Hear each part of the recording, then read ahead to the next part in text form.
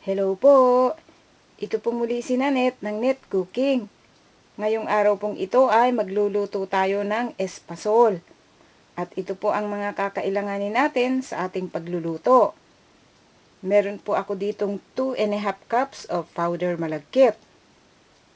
Actually, ang ginagamit talaga dito o yung talagang paggawa ng espasol, yung talagang malagkit na bigas. Hinuhugasan, then tapos papatuyuin.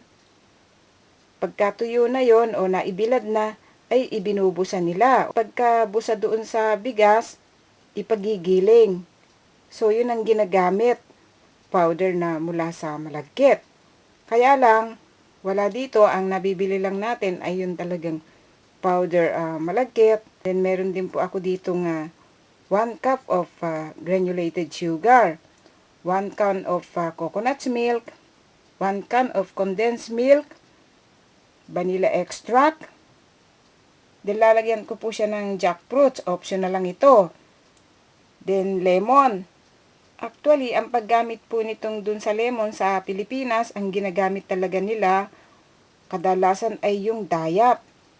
Yung skin ng dayap, yung balat ng dayap. Yun ang kinukuha nila para ilagay dito sa espasol. Pero wala naman noon dito, so lemon na lang. Okay rin naman itong lemon. Or yung vanilla extract. Okay, mag-start na po tayo sa pagluluto natin sa ating espasol. Ngayon po ang next na gagawin natin, itong ating powder malagkit. Ilalagay natin dito sa ating kawali o wok. Sa low heat lang po. Kailangan low heat lang ito kasi baka masunog siya. Kailangan hanggang ilalim, hahaluin natin mabuti. Hindi dapat iiwanan. Haalagaan natin ng halo ito hanggang sa mamula siya o mag-brown.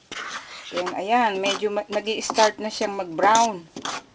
Dahan-dahan lang, tsaka yung ilalim. Dahan-dahan lang ang paghalo kasi sumasabog siya. Okay, continuous lang natin. Now, yellowish brown na siya. So, okay na to. Kaya ang gagawin natin, turn off na natin yung heat. So, gagawa na tayo ngayon ng espasol.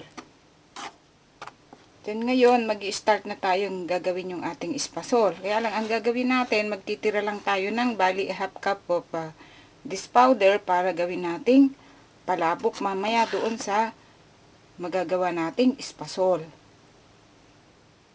Then ngayon po ang susunod nating gagawin, itong ating coconut milk.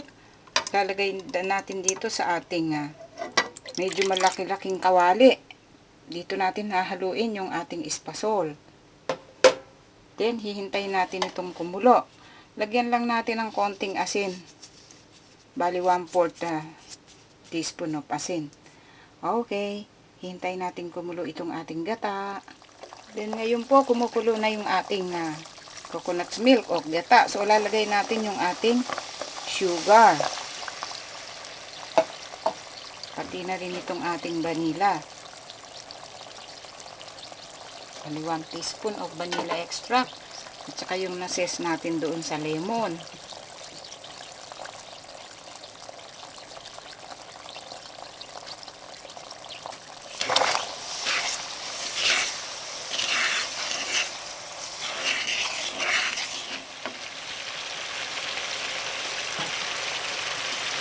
Then, ilalagay na po natin itong ating powder malagkit.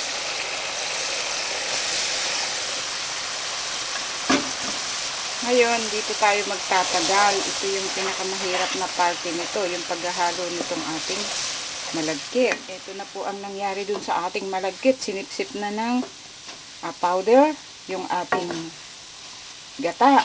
Ngayon, itutuloy natin ang paghahalo dito. Then, ngayon, lalagyan po natin siya ng condensed milk. Then, tutuloy natin ang paghahalo. So, gagawin lang natin ito. Medyo mahirap itong parting to. Then, ito, tiyaga lang ang kailangan natin. Medyo papahirap ang paghahalo po dito kasi kailangan kumunat itong ating espasol. Makikita ko kasi ito nung maliit ako doon sa amin sa Bulacan. Nakikita ko kung paano sila maghalo. Tsaka yung kuya ko, magaling maghalo ng ganito. Yun yung pinakamagaling maghalo ng espasol. Lalagay na po natin itong ating langka. Then, itutuloy lang po natin ito hanggang sa makuha natin yung tamang consistency nitong ating espasol. Stop ko muna itong camera. Then, ito na po yung ating espasol. So, makunat na siya. O, kita nyo naman. So, bali 30 minutos ko itong hinahalo. Kaya, okay na to. So, turn off na natin yung ating heat. Then, ngayon po, ang gagawin natin, meron tayo ditong bilaong maliit. Lalagyan natin ngayon ito ng cooking paper. Tapos, lalagyan natin ng itong natira nating gabok o powder malagkit. So, dito natin ilalagay itong ating espasol.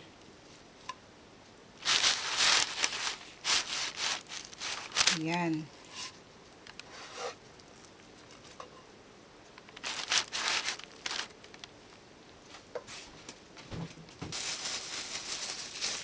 Gamit tayo ng plastic globe. Ayusin natin.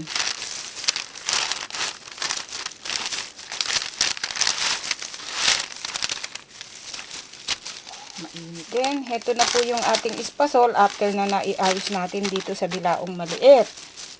Ngayon, ang gagawin natin, hihintayin muna natin siyang mag-cool down o lumamig bago natin siya tuluyang i-cover ng powder malagkit.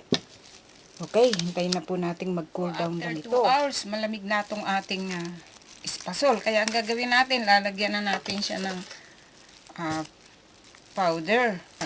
Powder kanina. Ika-cover na natin siya.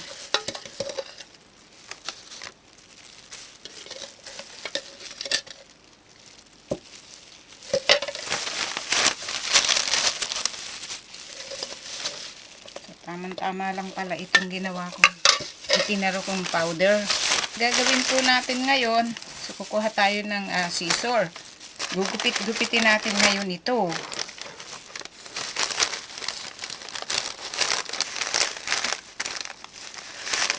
Yung magugupit natin, depende sa inyo kung anong gusto nyong size ng paggupit. Then yung magugupit natin, igugulong natin na ganyan. So ganito po ang magiging labas ng espasol natin. Ayan.